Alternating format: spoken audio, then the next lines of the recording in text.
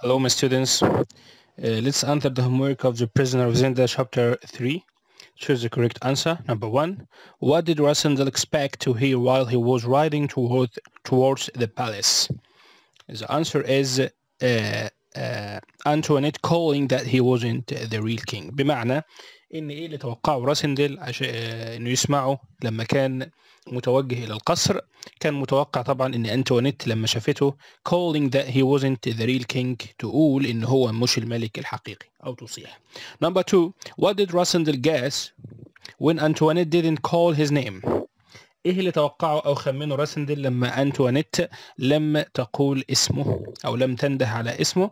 الاجابه she didn't recognize him. قال ربما هي لم تتعرف عليه. Number 3.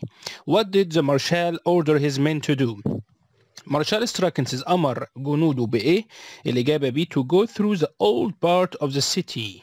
ان هم يعدوا من الجزء القديم من المدينه الخاص بالفقراء. Number 4.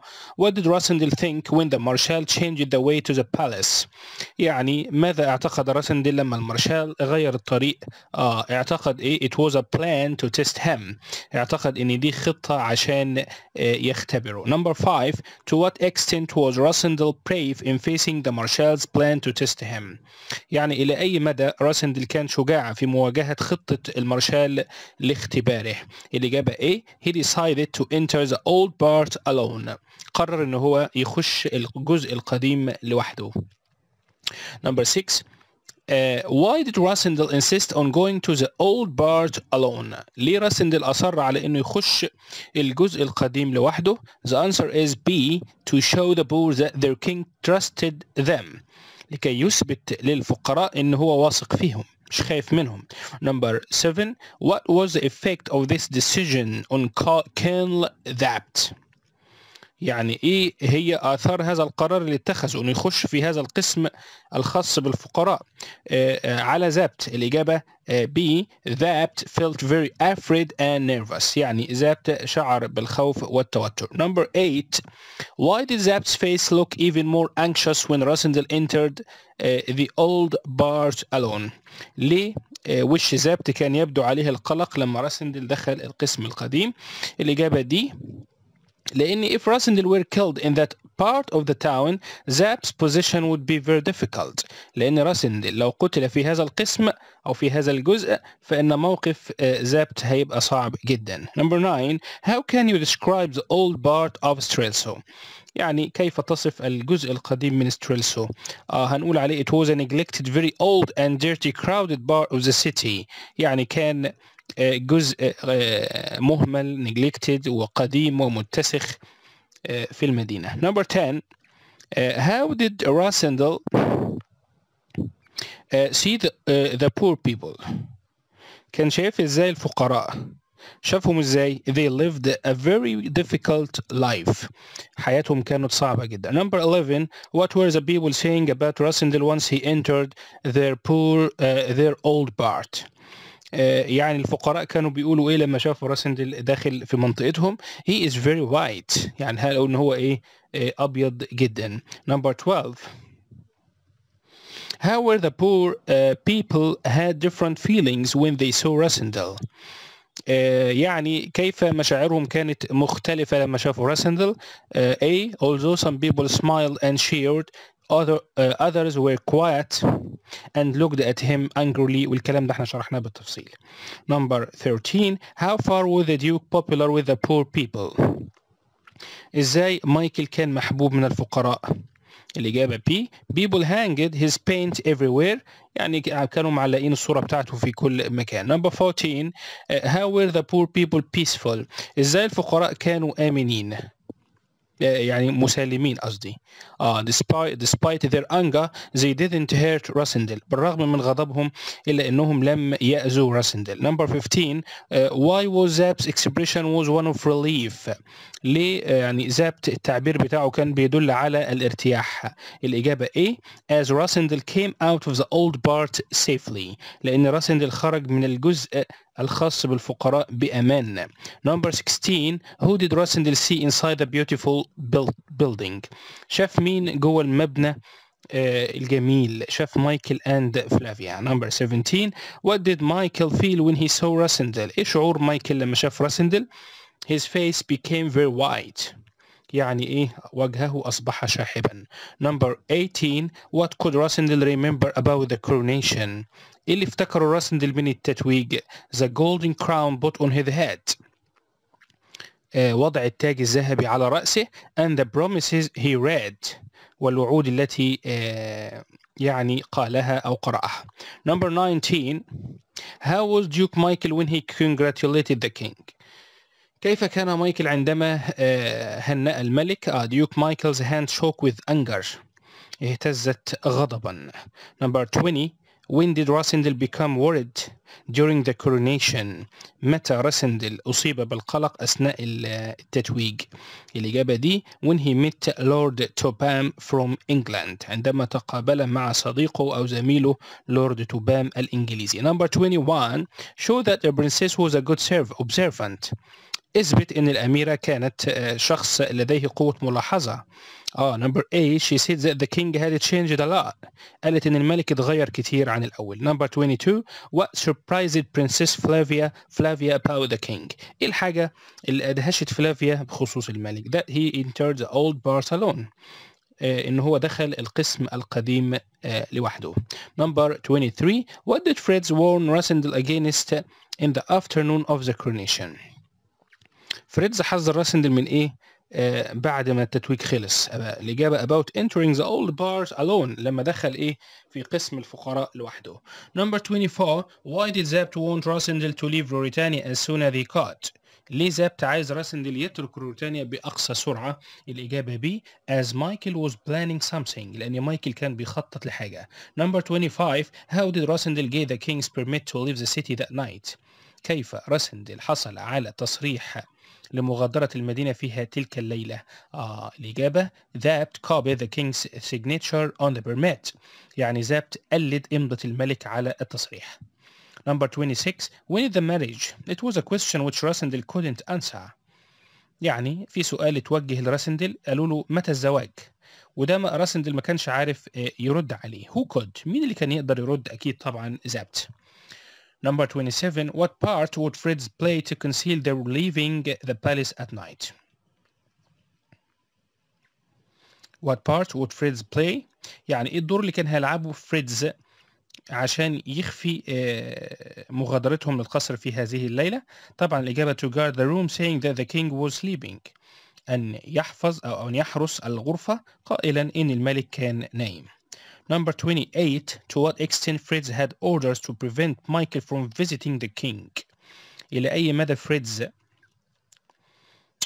جات له أوامر لمنع مايكل من زيارة الملك؟ يعني إيه الأوامر اللي توجهت له؟ even if he lost his life. قالوا له حتى لو كان الموضوع في حياتك برضو ما تخليش مايكل يدخل الأوضة. Number 29. How was Rasendel's camouflage to leave the palace at night؟ كيف كان تنكر راسندل لمغادرة القصر في هذه الليلة؟ الإجابة طبعا دي he wore a hat and a big coat. ارتدى قبعة ومعطف كبير. Number 30. How the secret passage which Rasindel and Zapt went through؟ كيف كان الممر السري الذي دخلوا من خلاله أو هربوا من خلاله؟ It was long and dark. كان طويلا ومظلما and ended with a heavy wooden door. وكان ينتهي بباب خشبي ثقيل. Number 31. Who was waiting for Zapt and Rasindel after reaching the street؟ مين اللي كان مستني زابت وراسندل بعد ما وصلوا للشارع؟ طبعا a man with 2 horses. رجل معاه حصانين. Number 32. Why did Zapt ask Rasindel to take his gun؟ ليه زابت طلب من راسندل ياخد معاه المسدس بتاعه؟ He might need it as they would fight. ربما يحتاجه في حالة ان إقامة مشاجرة ولا حاجة. Number 33. When did Rasindel and Zapt reach the tall wooden building? wooden gate through the city wall. يعني متى راسندل وزابت وصلوا إلى البوابة الخشبية الطويلة through عبر جدار المدينة؟ الإجابة at 6:30 الساعة 6:30. Number 34. Why were Zapt and Rasindel relieved when they knocked on the gate؟ ليه زابت وراسندل شعروا بالارتياح لما خبطوا على البوابة؟ الإجابة لأنهم لقوا the guard was 14-year-old girl، هي مجرد بنت عندها 14 سنة وباباها ما كانش موجود. Number 35. What did Zap tell the girl who was guarding the gate؟ ماذا قال زابت للبنت التي كانت تحرس البوابة؟ That her father should have been guarding the gate، أن والدها كان يجب أن يكون متواجدا لحماية البوابة. Number 36. What did Zapt give the girl who was guarding the gate؟ ماذا زابت أعطى للبنت التي كانت تحرس البوابة؟ إداها إيه؟ a permit and a coin، يعني إذن وعملة. Number 37. Why were they in danger outside the city؟ ليه كانوا في خطر قليل خارج المدينة؟ لأن طبعا the night was very bright then، لأنها كانت ليلة مقمرة في هذا التوقيت. Number 38. Why did Rassendel and Zapt lose half an hour on their night journey؟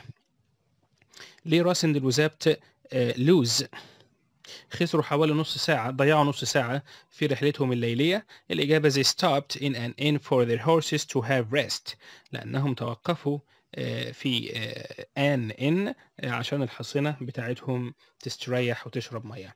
Number 39. How far has Zapt and Rassendel gone at 9:30؟ المسافة اللي قطعوها زابت وراسندل حوالي الساعة 9 ونص، كانت حوالي كام؟ 40 كيلومتر. Number 40 kilometer. Number 40. Why did Zapt got off the horse and put his ear to the ground؟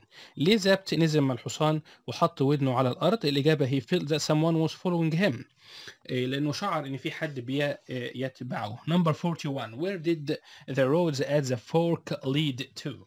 يعني الطرق عند المفترق كانت رايحة على فين؟ الإجابة A the right to the hunting lodge، يعني اليمين كان رايح على الهانتنج لودج، أما الشمال left كان رايح إيه؟ the castle. Number 42. What did Zapt order Rassendel at the fork؟ ماذا أمر Zapt Rassendel في مفترق الطرق؟ The answer is to get off his horse and to hide among the tree، ينزل من على الحصان بتاعه ويستخبى بين الأشجار. Number 43. Who could Zapt recognize the two men on the road through the forest؟ مين اللي هم اتعرف عليهم زابت وهم طبعا ايه في الغابة مستخبيين؟ اكيد ماكس هولف and مايكل. Number 44. At the fork which way did Max Hall suggest going to؟ في المفترق الطرق ماكس اقترح اي طريق يمشوا فيه، اكيد طبعا او اي طريق يذهبوا اليه، أكيد كانوا رايحين على فين؟ يعني الطريق المؤدي إلى the castle القلعة. Number 45. Why didn't Max Wolf want to go to the hunting lodge؟ ليه ماكس ما كانش عايز يروح الهانتنج لودج؟ as it would be a trap، لأنها تبقى إيه؟ عبارة عن مصيدة. Number 46. At the fork Zapt would leave the would love to shoot Duke Michael but he didn't. Why؟ في مفترق الطرق زابت كان فكر كده ان هو ممكن يضرب مايكل بالنار but he didn't. يا ترى ايه الإجابة ليه؟ That wouldn't help the king at that time، لأن الموضوع ده مش هيساعد الملك في هذا التوقيت. Number 47. What did all is well mean؟ ما معنى كلمة all is well؟ معناها إيه؟ معناها إن the king was kidnapped by Michael's men، معناها إن الملك اختطف من رجالة مين؟ مايكل. Number 48. What did Zapt do when he saw the 5 or 6 torn and dirty handkerchiefs؟ يعني عمل إيه زابت لما شاف المناديل المتقطعة 5 أو 6؟ he knew that Johan's mother had escaped، عرف إن أم يوهان هربت لأنها كانت مربوطة بالمناديل دي طبعا. Number 49. Why did Rassendel tell Zapt to stay and went inside the cellar with a candle؟ ليه راسندل قال لزابت خليك أنت وهو دخل السيلر مع شمعة؟ أكيد طبعا زابت was very worried، كان قلق جدا لأنه كان loved the king، بيحب الملك and he would have hated anything bad to have happened to him، وأكيد هيكره إن يحصل له أي مكروه. Number 50. What could Rassendel see inside the cellar؟ راسندل شاف ايه جوه السيلر؟ اكيد شاف جوزيف's body، جثة جوزيف. Number 51. Why did Rassendel want to go back to the capital؟ ليه راسندل عايز يرجع للعاصمة؟ لانه هو اقترح to collect every soldier and return to fight the duke to save the king، اقترح ان هم يجمعوا العساكر ويرجعوا عشان يقتلوا مايكل. Number 52. According to Zapt, how did Michael know what happened to the king? طبقا لكلام زابت، ازاي مايكل عرف اللي حصل للملك؟ الإجابة from يوهان's mother، أكيد من أم يوهان اللي كانت محبوسة في هذا الوقت. Number 53. What would have happened to Zapt, Fritz and Rassendel if they had stayed in the hunting lodge؟ ايه اللي كان هيحصل لزابت وفريدز وراسندل لو قعدوا في الهانتنج لودج؟ أكيد طبعا they would have been killed، كانوا سيقتلوا. Number 54. What was Zabt's plan after the disappearance of the king? ايه خطة زابت بعد اختفاء الملك؟ أكيد طبعا C. To make Rassendel continue playing the role of the king، إنه يخلي راسندل يستمر في تأدية دور الملك. Number 55. What was the city of Strelso like؟ كيف كانت مدينة ستريلسو؟ شكلها عامل ازاي؟ It was a mixture، كانت خليط من المباني القديمة والحديثة. Number 56. Why do you think that Rassendel was afraid when he saw Antoinette de Mauban on the balcony؟ لماذا تعتقد أن راسندل كان خايف لما شاف أنتوانيت دي موبان في البلكونة؟ Because he thought that she might recognize him، لأنه اعتقد أنها ربما تتعرف عليه. Number 57. What do Zapt and Rassendel find when they return to the lodge in the forest؟ ماذا زابت وراسندل وجدوا عندما عادوا إلى اللودج؟ أكيد طبعا the body of Joseph، الجثة بتاعت جوزيف. Number 58. Why does Rassendel have to continue pretending to be the king؟ ليه راسندل اضطر إلى الاستمرار في تأدية وتمثيل دور الملك؟ بالإجابة because the real king has been kidnapped، لأن الملك الحقيقي تم خطفه. Number 59. What did Rassendel do to surprise Zapt and the marshal when they first arrived in Strelso؟ ليه ماذا راسندل فعل عشان يدهش زابت والمارشال لما وصلوا العاصمة؟ He wanted to ride through the old town alone، عايز يمشي لوحده وسط الفقراء. Number 60. What did Princess Flavia think of the king Rassendel after the coronation؟ ايه رأي فلافيا في الملك؟ She thought that he had changed، شايف ان هو اتغير كتير. Number 61. How do Zapt and Rassendel leave the palace؟ ازاي زابت وراسندل غادروا القصر through the secret passage، من خلال الممر السري؟ Number 1. نبدأ من الأول. In the coronation Rassendel expected Antoinette de Mauban to، في التتويج توقع راسندل ان انتوانيت دي موبان هتعمل ايه؟ shout and tell people that he wasn't the king، انها تصيح وتقول للناس ان ده مش الملك. Number 2. when Rassendel didn't hear Antoinette shouting، لما لقى انها لم تصيح ولا حاجه، ايه اللي حصل؟ he didn't look back، ما رضاش ايه يبص وراه. Number 3. according to Rassendel Antoinette didn't tell people that Rassendel wasn't the real king as perhaps، الإجابة طبعا في خطأ في المذكرة أنا صححته. طبقا لكلام راسندل أنتوانيت لم تقل للناس إن راسندل مش الملك الحقيقي. ليه؟ ربما she didn't recognize him، ده طبعا طبقا لتوقعات راسندل. Number 4. in the coronation the marshal gave his soldiers some orders too، في التتويج المارشال ادى اوامر للجنود بتوعه انهم طبعا enter the old part القسم القديم. Number 5. when Rassendel asked the marshal why they had changed their route the marshal said، لما راسندل سأل المارشال ايه اللي خلاهم يغيروا الطريق اللي هم متفقين عليه، رد عليه المارشال بايه؟ قال له دي it was better، قال له الطريق ده احسن، بس كده. Number 6. when the marshal changed the route Rassendel knew that، لما المارشال غير الطريق راسندل عرف أو حس إن الموضوع إيه بالنسبة له؟ he wanted to test him، كان عايز يختبره. Number 7. when Rassendel felt that the marshal wanted to test him he ordered him to، لما راسندل حس إن المارشال عايز يختبره أمره بإيه؟ الإجابة B. take his soldiers away، ابعد عني الجنود بتوعك. Number 8. Rassendel decided to enter the old part alone to make people there know that، راسندل كان مصر ان هو يخش وسط الفقراء لوحده. ليه؟ لان هو عايز الناس يعرفوا ان هو trusted them، الإجابة B. their king trusted them، ان الملك يثق فيهم. Number 9. Rassendel decided to act like a real king and make، راسندل قرر ان هو يؤدي دور الملك الحقيقي وايه كمان make all people love him، يخلي كل الناس تحبه. Number 10. the marshal gave orders to his soldiers، يعني المارشال ادى اوامر للجنود بتوعه ليه؟ to go ahead of the king، يمشوا امام الملك. Number 11. Zapt's face became very، يعني وش زابت كان ايه when Rassendel entered the old part alone، لما راسندل دخل القسم القديم لوحده كان anxious يبدو عليه طبعا القلق. Number 12 if Rasindel was killed in the old part Zap's position would be very. لو راسندل قتل في القسم القديم فإن وضع زابت هيبقى difficult صعب. الإجابة إيه؟ Number 13 in the old part Rasindel realized how clean his. في القسم القديم راسندل أدرك مدى إيه؟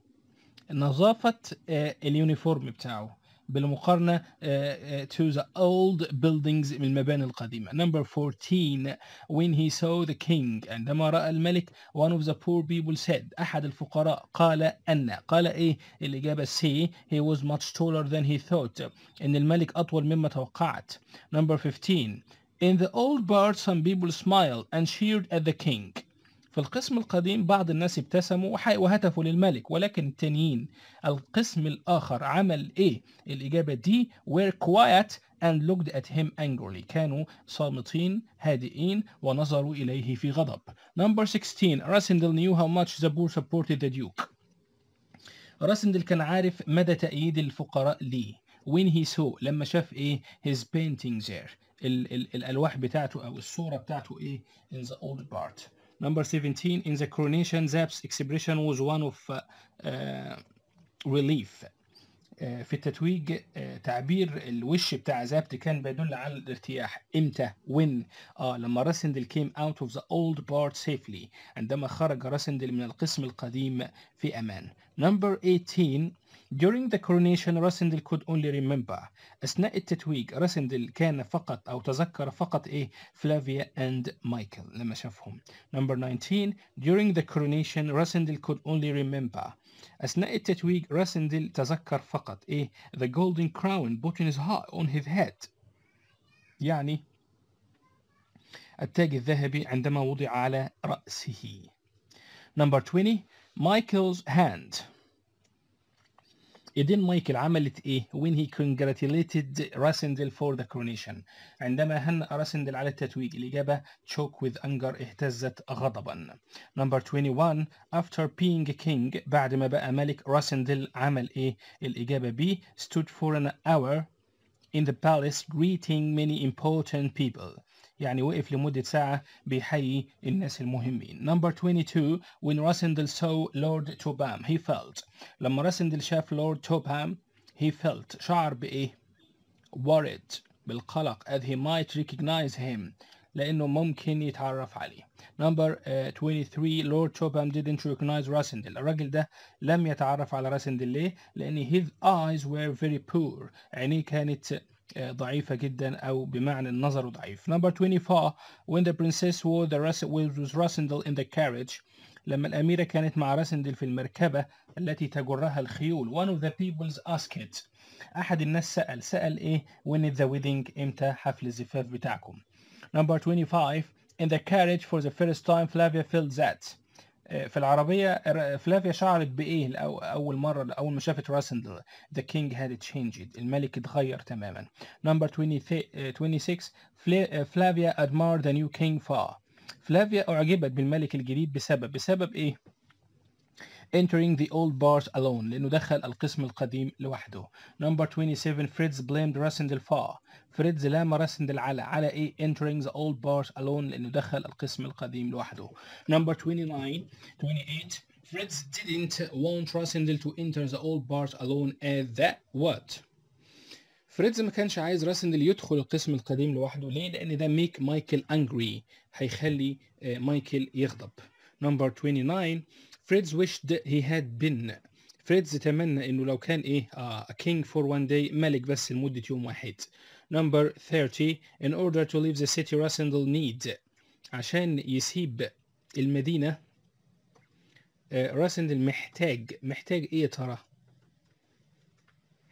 a permit for the king إذن من الملك. Number 31 Zapt wanted Rasindel to the king's signature يعني زابت عايز راسندل يقلد إمضة الملك يبقى copy الإجابة copy. Number 32 in order to make a permit عشان يعمل إذن أو تصريح زابت عمل إيه copied the king's signature قلد إمضة الملك. Number 33 while Rasindel and Zapt were bringing the king's back بينما راسندل وزابت كانوا هيرجعوا الملك. فريدز عمل ايه؟ would guard the king's room. فريدز كان هيحرس غرفة الملك. number 34 in order to hide his face from people. عشان يغطي وشه من الناس راسندل عمل ايه؟ الإجابة B put on a hat and coat.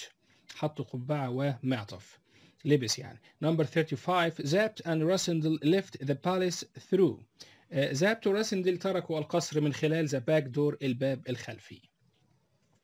number 36 at the gate of Strelso there was. في البوابة بتاعت ستريلسو كان في ايه؟ a 14-year-old girl، بنت عندها 14 سنة. number 37 at the gate زابت gave the little girl. في البوابة زابت ادى للبنت الصغيرة ايه؟ الإجابة طبعا coin and a permit، يعني اداها A و B، عملة وتصريح، يبقى الإجابة دي. 38 out of the city of Strelsa. خارج مدينة ستريلسو there كان ايه؟ where a lot of people، كان في ناس كتير. number 39 although the horses were very far away، بالرغم ان الحصينة كانت بعيد جدا that could hear them coming. استطاع زابت انه يسمعهم وهم ايه؟ جايين. ليه؟ as the wind was blowing in their direction، لان الرياح كانت تهب في نفس الاتجاه بتاعهم، يبقى الإجابة P. number 40 the coming horses after Zapt and Rasandel were about kilometer away. يعني الحصينة اللي جاية ورا زابت وراسندل كانت على وشك ايه؟ او على بعد كام؟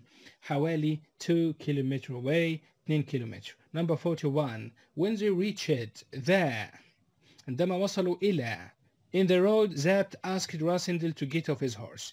زابت طلب من راسندل أن ينزل من حصانه. يبقى عندما وصلوا إلى الفورك، مفترق الطرق. number 42 the men who were following Zapt and راسندل were، الناس اللي كانوا ماشيين ورا زابت وراسندل كانوا ايه؟ كانوا ماكس and هالف. number 43 when Zapt stopped at the fork road، لما زابت توقف عند مفترق الطرق he wanted to see، كان عايز يشوف ايه؟ number B الإجابة who was coming and where they were going، يعني مين اللي جاي ورايحين فين. number 44 Max said to the Duke that، ماكس قال للديوك that ايه؟ all is well، الأمور على ما يرام. number 45 Max Half told Michael to، ماكس هولف قال لمايكل ايه؟ go to the castle of Zenda، يلا بينا نروح القلعة أحسن ما نروح الهانتنج لودج، ملهاش لازمة.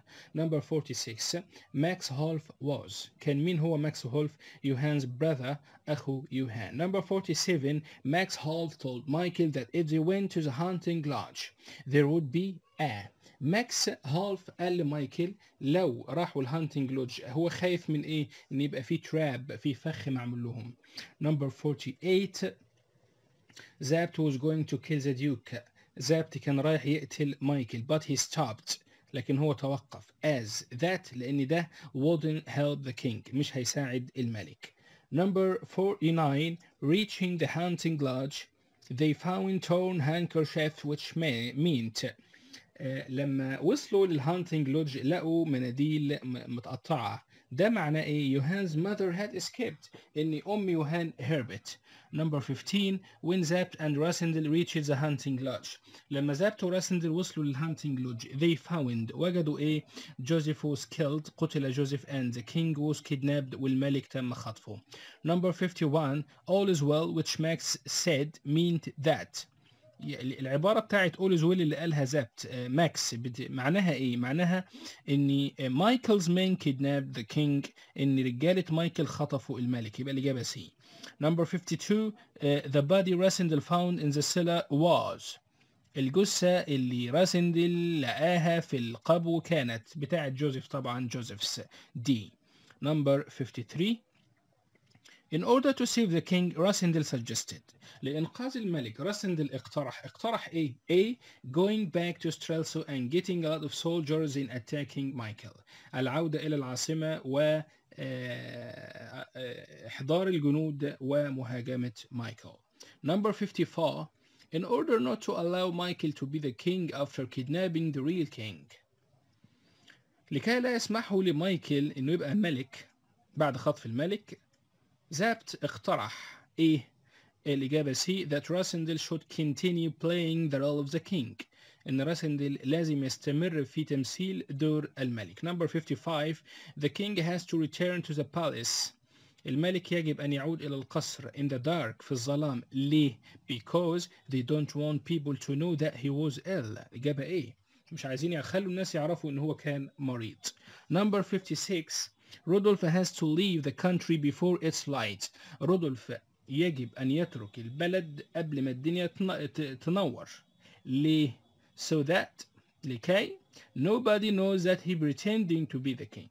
عشان ما حدش يعرف إن هو مثل دور الملك. وبكده نكون خلصنا الهوم ورك بتاع شابتر 3، وإن شاء الله نتقابل في فيديو تاني قريب بإذن الله. والسلام عليكم ورحمة الله.